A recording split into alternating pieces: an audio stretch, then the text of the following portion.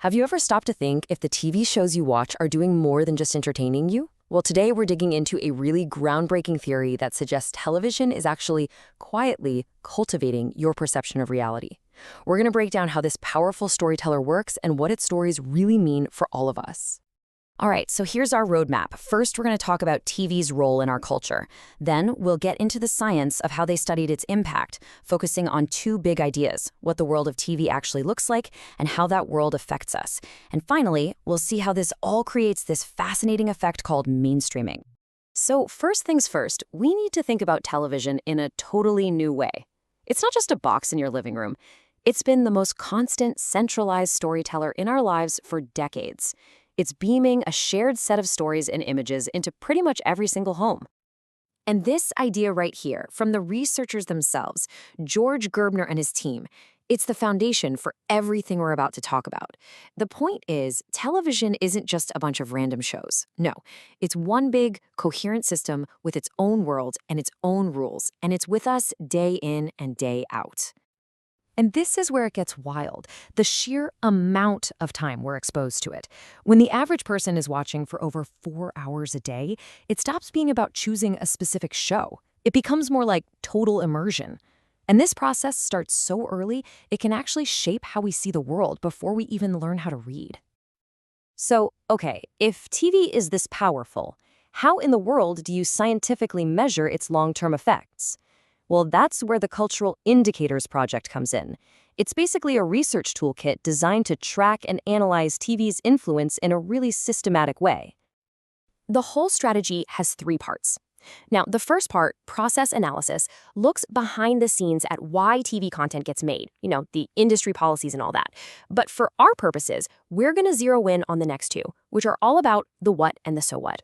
What is the TV world actually made of, and so what effect does it have on us? So let's jump into that second prong, message system analysis, and see what the researchers found when they painstakingly analyzed decades of television. What kind of patterns did they actually find in this endless stream of stories? And what they found was a version of reality that was surprisingly consistent, but also heavily skewed. I mean, look at this. Men outnumber women 3-to-1. The elderly are practically invisible. And maybe the wildest one, crime on TV is shown to be at least 10 times more common than it is in the real world. This isn't our world, it's the TV world.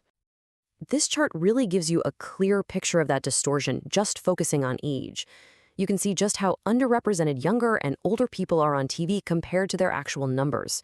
The world of television is overwhelmingly a world of youngish adults, and that sends a subtle message about who matters and who doesn't. Okay, so this brings us to the crucial question, the third part of the project, cultivation analysis.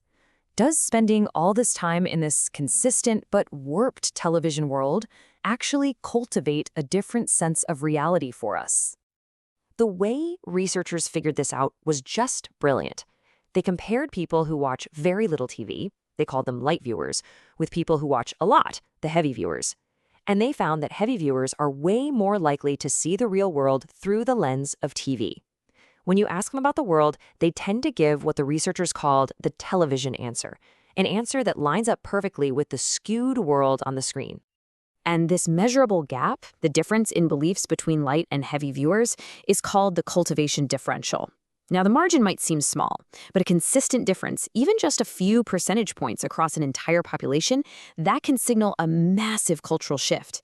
It's the kind of margin that can swing an election or take over a market. It's a big deal. A classic example of this whole thing is what's called the mean world syndrome. Because TV is just saturated with violence and crime, heavy viewers are much more likely to see the real world as a meaner, more dangerous place.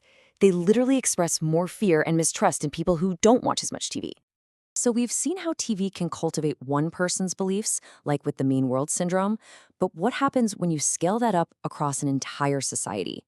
Well, that's where you get this incredibly powerful concept that Gerbner's team called mainstreaming. And this chart illustrates it perfectly. So look at the light viewers on the left. You can see a really big gap between how liberals and conservatives feel about this particular issue. But now look at the heavy viewers on the right. That gap shrinks a lot. Television stories basically absorb our differences and pull all these different groups toward one common central perspective. So, The crucial point here is that watching TV doesn't just add new ideas, it actually blends and homogenizes the ones we already have. It creates this one dominant cultural current, a mainstream, by blurring all the traditional lines that might come from our politics or our income or education. And that leaves us with one final and kind of provocative thought. If television really has the power to pull all of us into one common way of thinking, it forces us to ask a really important question. Whose interests and whose values are being represented in that mainstream? Who ultimately is shaping the stories that we all come to share?